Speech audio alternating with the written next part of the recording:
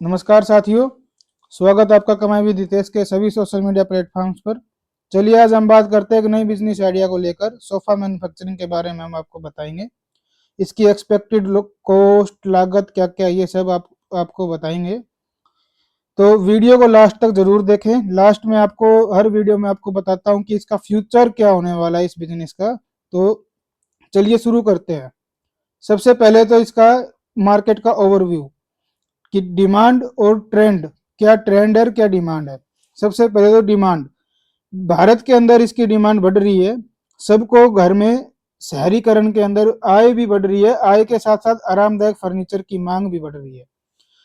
फिर अब हम बात करते हैं इसमें डिजाइन की। डिजाइन भी नए नए आ रहे हैं, मॉडर्न और बिल्कुल न्यूनतम डिजाइन, बहुमुखी सोफे, मतलब ट्रिपल शेयरिंग, 2 शेयरिंग, 5 शेयरिंग सोफे और टिकाऊ सामग्री की डिमांड बढ़ रही है। चलिए आगे हम बात करते हैं इसके अंदर कि इसमें लाइसेंस और परमिट की क्या क्या रिक्वायरमेंट है। सबसे पहले तो एसएसआई यानी स्मॉल स्केल का लाइसेंस, जीएसटी।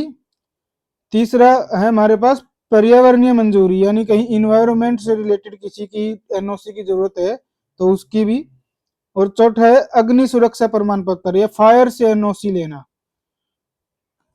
चलिए आगे बात करते हैं क्या क्या रॉ मटेरियल इसमें लगेगा। तो सबसे पहले तो लकड़ी, फ्रेम के लिए लकड़ी बनेगी, जैसे कि सागौन, टीक और शीशम, जो बहुत बढ़िया क्वालिटी के सोफे में लगाते हैं। फिर है फोम, सीटिंग और बैकरेस्ट के लिए फोम। तीसरा है कपड़ा, उच्च गुणवत्ता वाला कपड़ा, जैसे कि चमड़ा, सूती या मखमल का कपड़ा, जैसे हम आम सोफा के अंदर देखते हैं। तो चौथा हमारा कारण है अन्य सामग्री। अन्य सामग्री के अंदर कपड़े के नीचे की परत, जो हम सोफे में बटन देखते हैं, जिपर देखते हैं, सोफे के पैर देखते हैं, ये सब। चलिए आगे बात करते हैं इसकी प्रोडक्शन की। सबसे पहले तो डिजाइन, ग्राहकों की आवश्यकता के अनुसार सोफे का डिजाइन तैयार करना। फिर उसकी कटिंग करना, कच्चे माल की निर्धारित माप के अनुसार उसका काटना। फिर कपड़े को सोफा कवर के रूप में सिलाई करना, सीलना।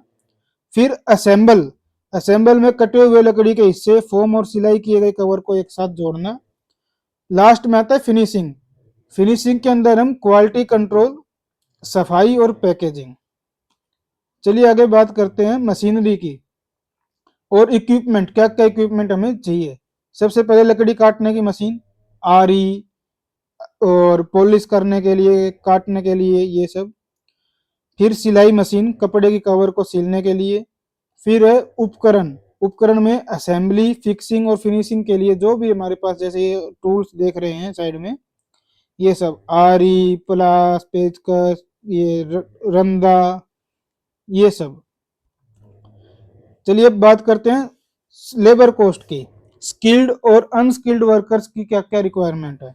सबसे पहले skilled labour, skilled labour designer, दर्जी, असेंबलर और फिनिशर। मतलब डिजाइनर डिजाइन करेगा, दर्जी कपड़ा सिलेगा, असेंबलर जो होगा वो असेंबल करेगा और फिनिशर जो होगा वो फिनिश करेगा उसको। अब करते हैं हम अनस्किल्ड वर्कर में कौन कौन हमें चाहिए। एक तो मटेरियल हैंडलिंग के लिए, दूसरा सफाई के लिए, तीसरा पैकेजिंग के लिए।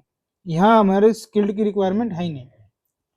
चलिए अब बात करते हैं इंफ्रास्ट्रक्चर की रिक्वायरमेंट, क्या क्या मतलब हमें चाहिए कारखाने का स्थान, एयर स्टोरेज के लिए।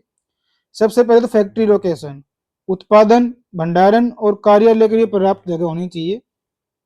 फिर स्टोरेज, कच्चा माल, रॉ मटेरियल, अर्धनिर्मित, सेमी सेमी फिनिश्ड प्रोडक्ट और तीसरा फिनिश्ड प्रोडक्ट। हमें तीनों के लिए स्टोरेज करने की जरूरत है। तो एक तो फैक्ट्री की लोकेशन और दूसरा हमें स्टोरेज यानी वेयर हाउस की लोकेशन, अगर रिक्वायरमेंट काम का, अगर रिक्वायरमेंट है तो। चलिए आगे बात करते हैं लागत, कॉस्ट एनालिसिस। अगर आप इसमें 10 से 20 लाख की कच्चे माल की लागत, वो आप डिपेंड करता है कि हम किस लेवल पे काम शुरू करते हैं। अगर छोटे लेवल पे शुरू करते हैं तो वही कच्चे माल की लागत हमारी 2 से 4 लाख की भी हो सकती है, लकड़ी, फोम, कपड़े। फिर है 5 से 10 लाख की श्रम, लेबर कॉस्ट, ये भी हम एज पर अपना जो वर्किंग स्केल है, काम करने का स्केल है, उस पर डिपेंड करता है। फिर ओवरहेड लागत जो है, ओवरहेड लागत के अंदर किराया, बिजली, रख रखाव, ये डिपेंड करता है हम कितनी बड़ी फैक्ट्री चला रहे हैं, कितना बड़ा काम हम कर रहे हैं। मैं लास्ट में ये भी बताऊंगा कि बिल्कुल कम लागत पे हम प्रॉफिट कैसे कमा सकते हैं। वीडियो के लास्ट में मैं आपको सब कुछ बताऊंगा। चलिए अब बात करते हैं प्राइसिंग स्ट्रेटेजी की। सबसे पहले तो कम्पिटेटिव प्राइस, बाजार में सामान सोफे की कीमत का विश्लेषण करना। फिर लागत मूल्य, लागत प्लस मूल्य निर्धारण, जो भी लागत आई उसका प्लस में अपना मूल्य निर्धारण करना। उत्पादन लागत में एक निर्धारित लाभ, अपना मार्जिन जोड़ना। तीसरा है मूल्य निर्धारण, टारगेट कस्टमर और मार्केट सिचुएशन के आधार पर कीमत निर्धारित करना। जैसा जैसा फेस वैसा टिक्का, एक कहावत है, जैसा चेहरा वैसा टिक्का लगाना, वो चीज भी हम इसमें कर सकते हैं। चलिए बात करते हैं मार्केटिंग और सेल्स स्ट्रेटेजी के बारे में। सबसे पहले तो ऑनलाइन, देखो 3 ही 4 तरीके हैं मार्केटिंग के, ऑनलाइन, ऑफलाइन या कस्टमर रिलेशन।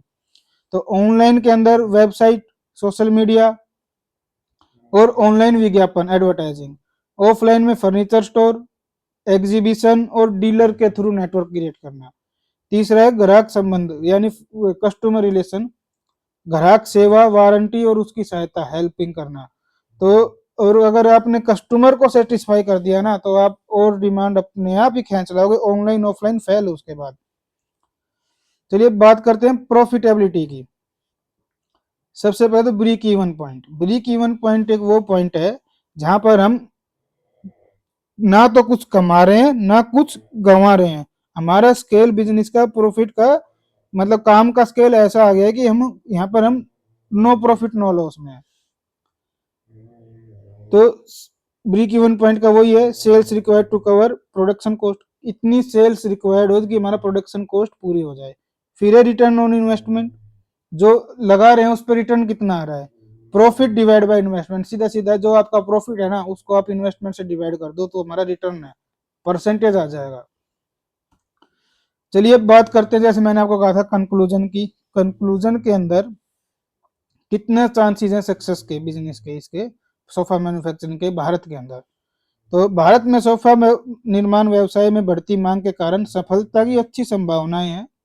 व्यवसाय योजना मतलब बिजनेस प्लान करना, उचित वित्त पोषण करना मतलब फाइनेंस का उचित एक वो करना, अपना लगाना, पैसा लगाना।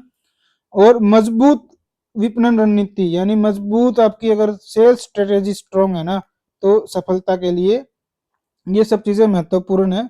दूसरा मैं हमेशा कहता हूँ वीडियो में कि ये सब चीजों के बाद अपनी मेहनत, अपनी मेहनत बहुत जरूरी है। किसी भी काम को करने के लिए अपनी जान झोंक दो उसके अंदर। मैं यहाँ वीडियो बना रहा हूँ तो मैं भी मेहनत कर रहा हूँ आपके पीछे। अब जैसा मैंने आपको कहा था कि बिल्कुल कम लागत के बारे में मैं आपको बताऊंगा। तो दोस्तों बिल्कुल कम लागत के लिए हम ऐसा कर सकते हैं कि हम कहीं से मान लो अपना ऑर्डर हम पकड़ें, उसकी रिक्वायरमेंट जाने और जितना हमारे पास ऑर्डर हो उतना ही हम माल खरीदें और अपना मार्जिन, वो सोफा तैयार करें और मार्जिन अपना ऐड करके हम बेचें, तो हमारी लागत बिल्कुल कम हो सकती है। ज्यादा से ज्यादा 30 से 50 हजार के बीच में हम शुरू कर सकते हैं। एक अच्छा सोफा आपको 15-20 हजार में मिल सकता है। तो 15-20 हजार का सोफा जब आपको मिल रहा है तो उसमें उसकी प्रॉफिट भी है, प्रॉफिट भी ऐड कर रखा है उसने। तो हम एक इस तरीके से भी कमा सकते हैं कि हमने ऑर्डर पकड़ा, ऑर्डर पकड़ने के बाद जो जो उसकी रिक्वायरमेंट है, रिक्वायरमेंट के हिसाब से हमने माल खरीदा। उसमें क्या है कि आपका जो है ना कैश तुरंत घूम रहा है, आपका कैश होल्ड नहीं हो रहा है, ना आपको स्टॉक करने की जगह रखनी, ना कोई कारखाना खोलना है। तो हम इस तरीके से भी कर सकते हैं। दूसरा, हम सॉफ्टवेयर मैन्युफैक्चर करके ऑनलाइन भी हम सेल कर सकते हैं, एक ये काम भी बहुत चल सकता है। तो दोस्तों वीडियो अगर आपको पसंद आई हो तो लाइक करें, चैनल को सब्सक्राइब करें, पेज को फॉलो करें और हमें कमेंट में ज़रूर बताएं कि हम और अगली वीडियो के बाद किस टॉपिक के ऊपर लेके आए। और जैसा कि आपको पता है अब मैं कुछ दिनों के अंदर ये सब चीज़ें मैं लाइव ही लेके आऊँगा। तो लाइव में भी इंटरेक्शन अपना होगा आने वाले टाइम पे। और कुछ जो भी आपको दिक्कत है, कहीं भी बिजनेस के अंदर दिक्कत आ रही है, आप हमें कांटेक्ट कर सकते हैं। हम नए बिजनेस के बारे में भी आपके साथ कंधे से कंधा मिलाकर हम उसकी अप्रोक्स कैलकुलेशन और प्रॉफिटेबिलिटी के बारे में हम बता सकते हैं। तो आप हमें कमेंट करें, मैसेज करें, मेल करें, आप हमें कांटेक्ट करें। बहुत बहुत धन्यवाद।